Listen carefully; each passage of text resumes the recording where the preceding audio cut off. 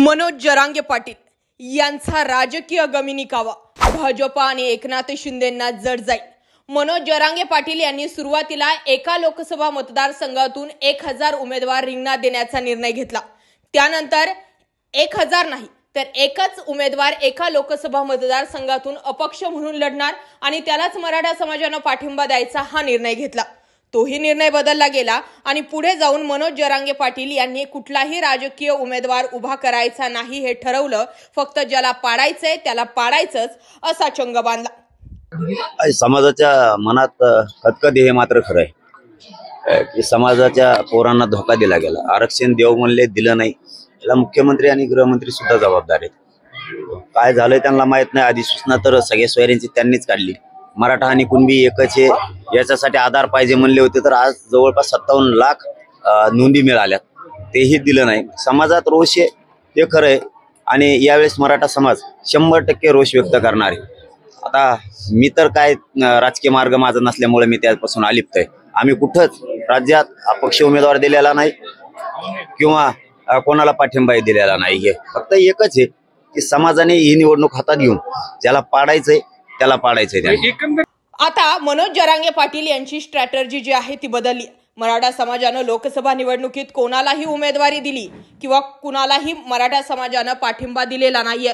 कोणीही समाजाचे माझे नाव वापरू नये, उमेदवार होण्यापेक्षा पाडणारे व्हा, त्यात मोठा विजय आहे। सगळे सोयऱ्यांचा निर्णय घेईल त्याच बाजूने उभे राहा, अशी भूमिका मराठा आरक्षण आंदोलक मनोज जरांगे पाटील यांनी मांडली आहे। मराठा समाजामध्ये 100% रोष असून तो या निवडणुकीत नक्कीच दिसेल असा इशाराही त्यांनी दिला। समाजाच्या मनात खदगद आहे।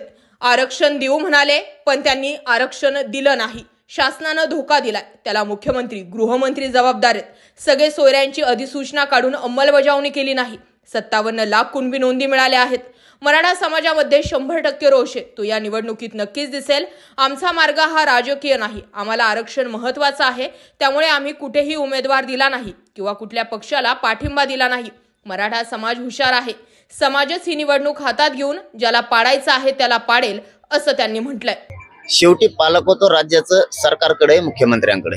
विश्वास ठेवणं एक आंदोलक या नात्यानं आम्ही बरोबर केलं आणि कायद्यात दुरुस्ती करण्यासाठी अधिसूचनाच गरजेची होती। कुठं धोका झाला की ज्या काळात त्यांनी त्याची अंमलबजावणी करायला पाहिजे तिथं धोका झाला।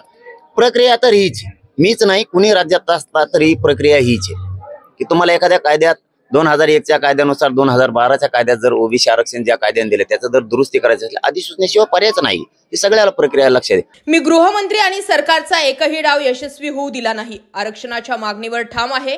मला बाजूला करण्यासाठी गृहमंत्र्यांनी अनेक प्रयत्न करून मी बाजूला झालो नाही। सध्या महाराष्ट्रात खोटे गुन्हे दाखल करण्याचे काम सुरू आहे।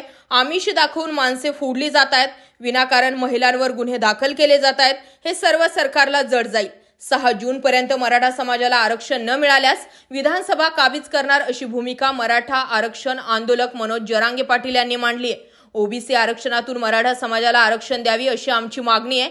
आंदोलक म्हणून मुख्यमंत्री एकनाथ शिंदे यांच्यावर विश्वास ठेवून आंदोलन मागे घेतले, त्यावर शासनाने अधिसूचना काढली पण अंमलबजावणी केली नाही। येथे धोका झाल्याचं त्यांनी सांगितलंय। प्रकाश आंबेडकर यांच्यासोबत आमचा संपर्क नाही, परंतु आमची मने एक आहेत। 2 मनं एक होऊ शकतात। कोणाला निवडून आणायचं हे समाज ठरवेल, पण एक लक्षात ठेवा, आई बहिणीच्या अंगावरील वर्ण समाजानं विसरू नये। महायुती असेल किंवा महाविकास आघाडी असेल, यांनी मराठा समाजाला काही दिलेलं नाही, ते व्रण आठवा आणि त्यानंतरच पुढची भूमिका घ्या। जो सगळ्या सोयऱ्यांचा निर्णय घेईल त्याच्याच बाजूने राहा, असं मनोज जरांगे पाटलांनी म्हटलंय। छगन भुजबळ जे आहेत ते नाशिकमधून उमेदवारी घेण्याच्या तयारीत आहेत लोकसभेची। त्या ठिकाणी तुमची काय रणनीती असणार आहे? तुमच्याकडून एखादा उमेदवार दिला जाणार आहे का किंवा काय असणार आहे तुमची रणनीती? जाऊ दे त्याचा ना काही चिरे जो तो वरायला सांगतो। तर भुजबळांबाबत प्रश्न विचारतच जाऊ नका, तो उभा राहिला की मग पाहू त्याचं काय करायचंय हे स्टेटमेंट जरांगे पाटलांनी दिलंय। नाशकातून छगन भुजबळ यांना लोकसभेवर पाठवण्याची रणनीती भाजपानं आखली आहे, परंतु पुन्हा एकदा त्यांची उमेदवारी खोळंबलेली आहे आणि त्याला कारण म्हणजे मनोज जरांगे पाटील आडवे आलेले आहेत। आतापर्यंत मराठा आरक्षणाच्या निमित्ताने अनेक लोकांनी मराठा आरक्षणाला विरोध केला। सरकारसोबत टोकाचे मतभेद मनोज जरांगे पाटलांचे झाले, परंतु अजून कोणाचंही नावानिशी याला पाडायचंय अशी भूमिका मनोज जरांगे पाटलांनी घेतली नव्हती। त्यामध्ये फक्त आणि फक्त छगन भुजबळ अपवाद राहिले।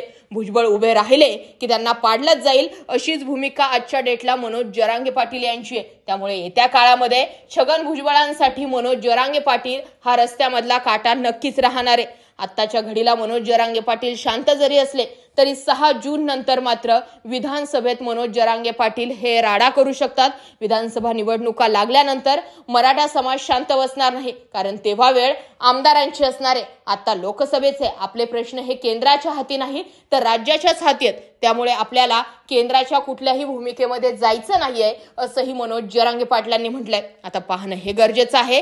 या सगळ्या पार्श्वभूमीवरती मनोज जरांगे पाटलांचा स्ट्रोक नेमकं शिंदे फडणवीसांवरती बसतो की शरद पवार आणि उद्धव ठाकरेंवरती? कमेंट करा आणि अशाच माहितीपूर्ण व्हिडिओसाठी आपल्या चॅनलला आवर्जून सबस्क्राईब करा. जय महाराष्ट्र पब्लिक.